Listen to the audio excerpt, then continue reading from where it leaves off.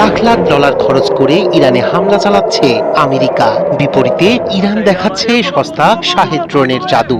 ডলারের ক্ষতি কিছুতেই ঠেকাতে পারছে না ডোনাল্ড ট্রাম্প। হাজারে হাজারে শাহেদ ড্রোন ছুটে আসছে মৌমাছির মতো।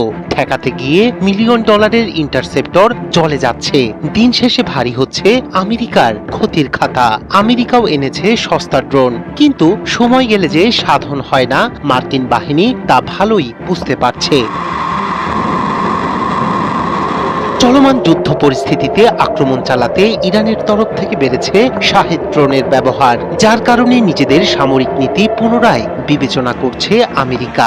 কারণ শাহেদের ধ্বংসাত্মক আর আক্রমণাত্মক ভূমিকায় প্রশ্ন উঠেছে মার্কিন লজিস্টিক ব্যবস্থা, আক্রমণ নীতি এবং অস্ত্রের মজুদের স্থায়িত্ব নিয়ে। ইরানের ভান্ডারে থাকা শাহেদ ড্রোন নিয়ে চিন্তার ভাঁজ পড়েছে মার্কিন প্রেসিডেন্ট ডোনাল্ড ট্রাম্পের কপালে।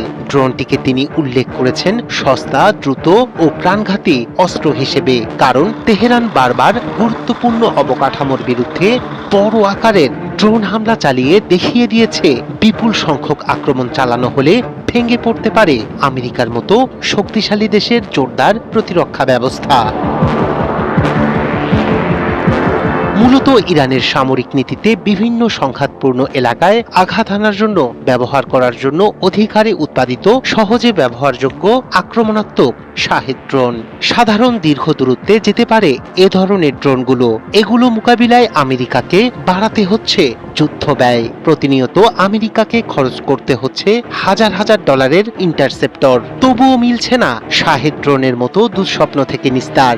ব্যয়বহুল মিসাইল ভিত্তিক প্রতিরক্ষা ব্যবস্থার ওপর নির্ভরশীলতায় দ্রুতই ফুরিয়ে আসছে আমেরিকার হাতে থাকা অস্ত্র ভান্ডারের মজুদ। সামরিক বিশ্লেষকদের মতে 800 মিলিয়ন ডলার খরচ করে টমাহক মিসাইল নয়, আমেরিকার পক্ষে সম্ভব 23,000 লুকাস ড্রোন তৈরি করা। ইরানের সঙ্গে যুদ্ধে জিততে ইতোমধ্যেই আমেরিকা ভাবছে বিপুল সংখ্যক কার্যকরী ড্রোন উৎপাদনের কথা। যুক্তরাষ্ট্রের কাছে আছে সুইস ব্লেড 600 ড্রোন, তবে সেটিও উৎপাদন করতে প্রতিটি ড্রোনের জন্য আমেরিকাকে গুনতে হচ্ছে 1,20,000 মার্কিন ডলার। অথচ এর পাল্লা ও কার্যক্ষমতা ইরানের ড্রোনগুলো থেকে বেশ কম।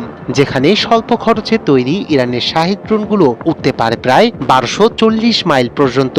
পরিস্থিতি বলছে আমেরিকা যতই চেষ্টা করুক না কেন টেক্কা দিতে পারবে না ইরানের শাহেদ ড্রোনকে।